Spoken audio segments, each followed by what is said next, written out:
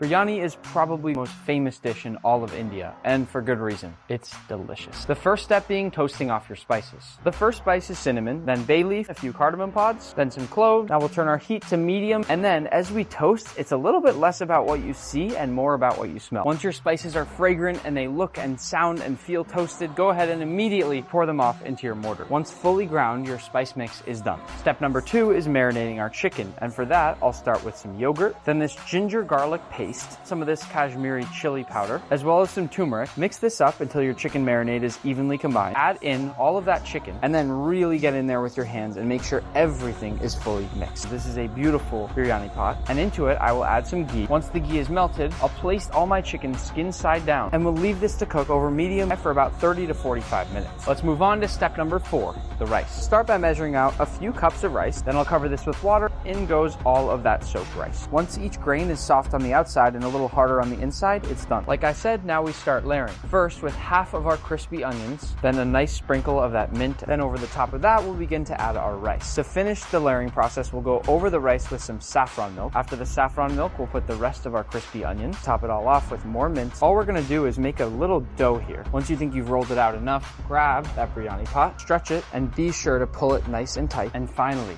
we are ready to bake. Time to cut it open. Once you've cut around the edges, open it up.